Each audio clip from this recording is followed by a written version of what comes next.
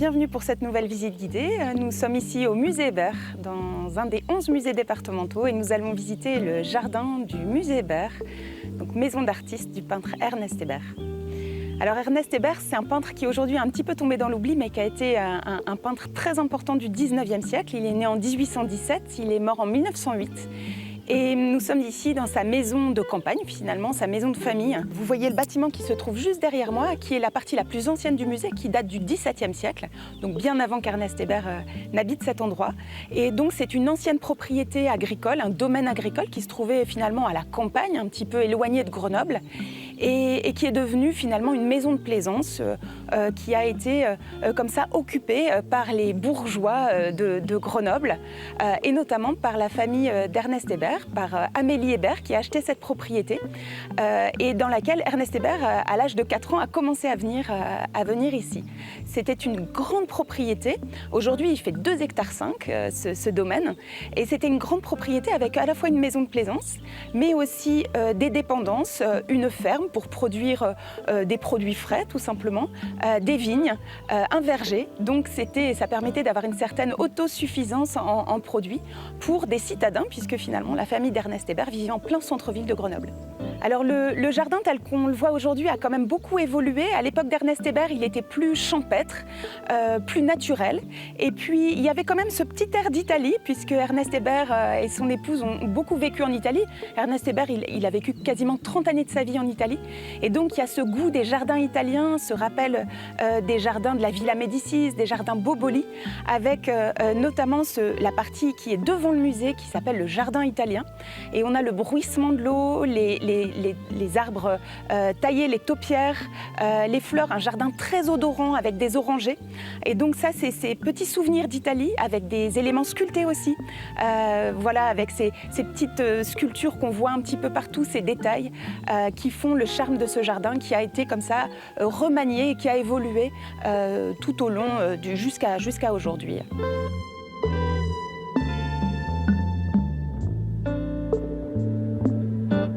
Alors nous nous trouvons ici dans la partie plutôt jardin à l'anglaise du jardin en fait, et on voit que c'est un espace qui est plus simple d'aspect, avec cette grande pelouse, cet étang et ces arbres qui bordent l'espace vert. En fait, c'est un jardin très étudié et qui est complémentaire finalement, qui est une autre ambiance par rapport au jardin italien. Et ce jardin, il a été aménagé par Gabrielle Hébert, l'épouse du peintre, après sa mort, après la mort du peintre, et qui a continué à transformer le domaine. Et nous avons des arbres ici centenaires qui ont été plantés par Gabrielle Hébert dans les années 1910-1920.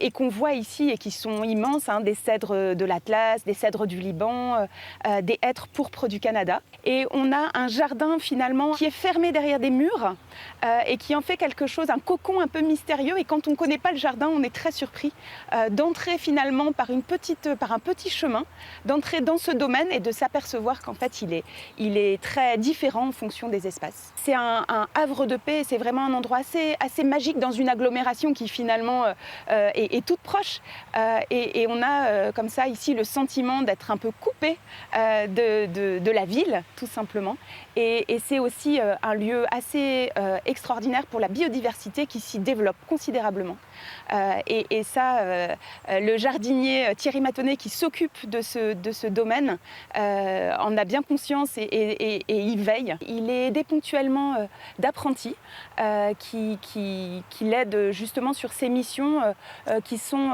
vraiment primordiales parce qu'il y a une biodiversité à préserver, mais il y a aussi l'attaque de nuisibles, et donc il faut qu'on soit attentif à la bonne gestion en fait tout simplement de ce parc qui est vivant et qui est à protéger et à entretenir.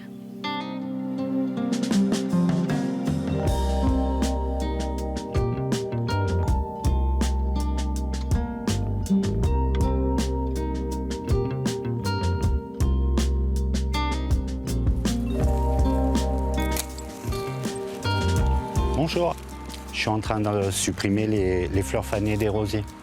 C'est pour éviter que ça fasse le fruit.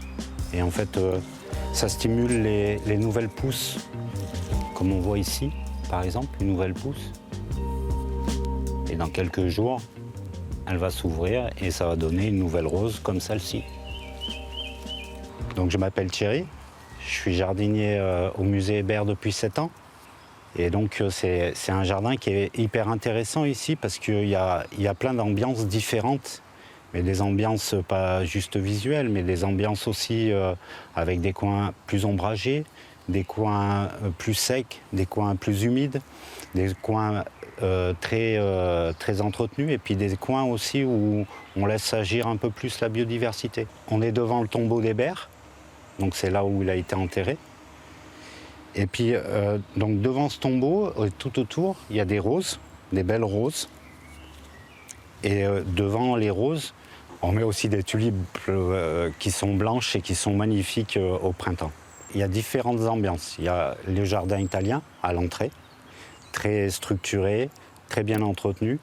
Et donc, dans ce jardin, en fait, on applique une gestion différenciée justement par rapport à ces différents jardins. Donc un jardin italien à l'entrée, il faut que ça soit toujours le plus nickel possible, tondu très régulièrement, désherbé, que ça soit le plus propre possible. Et puis après, il y a différentes ambiances. Donc il y a le jardin anglais, où là c'est un petit peu plus naturel, donc c'est un tout petit peu moins entretenu. Après, il y a ce jardin-là qui est ce qu'on appelle le jardin régulier, qui lui est quand même relativement bien entretenu parce qu'il y a le tombeau aussi, donc il faut qu'il y ait un entretien assez régulier. Et puis par exemple, il y a le sous-bois aussi. Et dans le sous-bois, là, c'est vraiment un espace naturel, où en fait, on ne tombe pas. On va faire des cheminements pour que les gens puissent se promener dans le sous-bois, mais c'est vraiment laissé naturel. Donc on ne ramasse pas les feuilles, on fait un entretien le strict minimum en fait.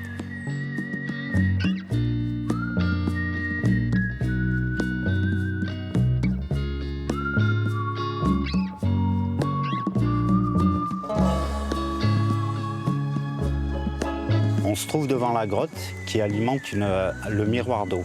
Ce qu'on appelle le miroir d'eau parce qu'avec la lumière, en fait, ça ressemble à un miroir un petit peu. Et cette eau, elle vient d'une source qui vient de Chartreuse.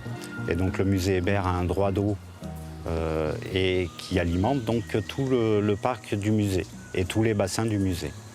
Ce miroir d'eau, il nous sert aussi à alimenter tout ce qui est arrosage automatique et qui permet d'avoir un parc vert même l'été quand il fait très chaud et de ne pas utiliser l'eau potable du réseau.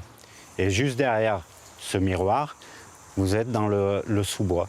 C'est un espace laissé plus naturel, donc on ne tombe pas, on fait juste des petits passages pour que les gens puissent cheminer dedans. Et la nature, elle se déploie, elle fait ce qu'elle veut un petit peu. Et c'est bien parce que ça amène beaucoup de biodiversité en fait. Moins on intervient et plus on laisse les animaux tranquilles.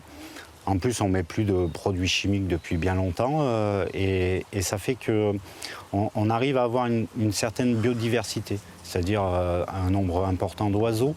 On a des écureuils, on a beaucoup de libellules aussi autour des bassins. Et cette biodiversité, en fait, elle contribue à ce qu'on appelle la trame verte, c'est-à-dire des espaces qui, même en ville, permettent à des animaux de passage, par exemple, de se poser et de pouvoir reprendre leur souffle avant de repartir vers un autre endroit.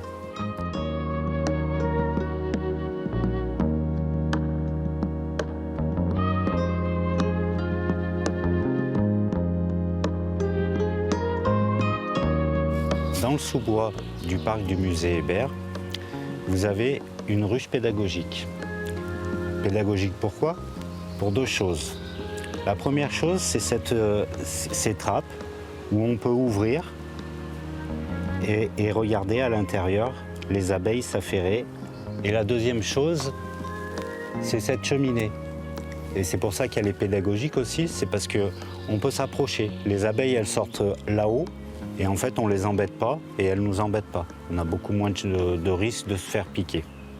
Et puis dans ce parc, comme il y a une diversité au niveau des arbres et des arbustes et des fleurs, eh ben, les abeilles elles sont contentes parce qu'il y a tout le temps du pollen à récolter et ça permet d'avoir une bonne récolte de miel. Et cette récolte de miel, on l'a fait avec les enfants d'une école de la Tronche. Donc fin juin, début juillet, avec l'aide de l'apiculteur, bien sûr, qui vient nous aider et qui vient faire le suivi, et ben, on récolte le miel avec les enfants. Donc les enfants sont super contents parce que c'est un moment exceptionnel quand même pour des enfants de voir comment ça se passe, que c'est pas juste un petit pot qu'on achète au magasin, mais que c'est le travail de la nature et des abeilles qui permet d'avoir du miel.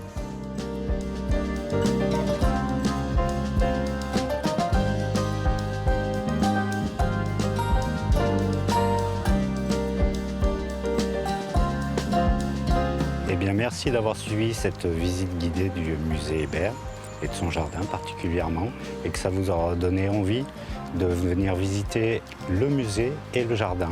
Le musée Hébert fait partie du réseau des 11 musées départementaux. Il est gratuit et son parc aussi. Et vous pouvez retrouver plus d'informations sur musée.isère.fr.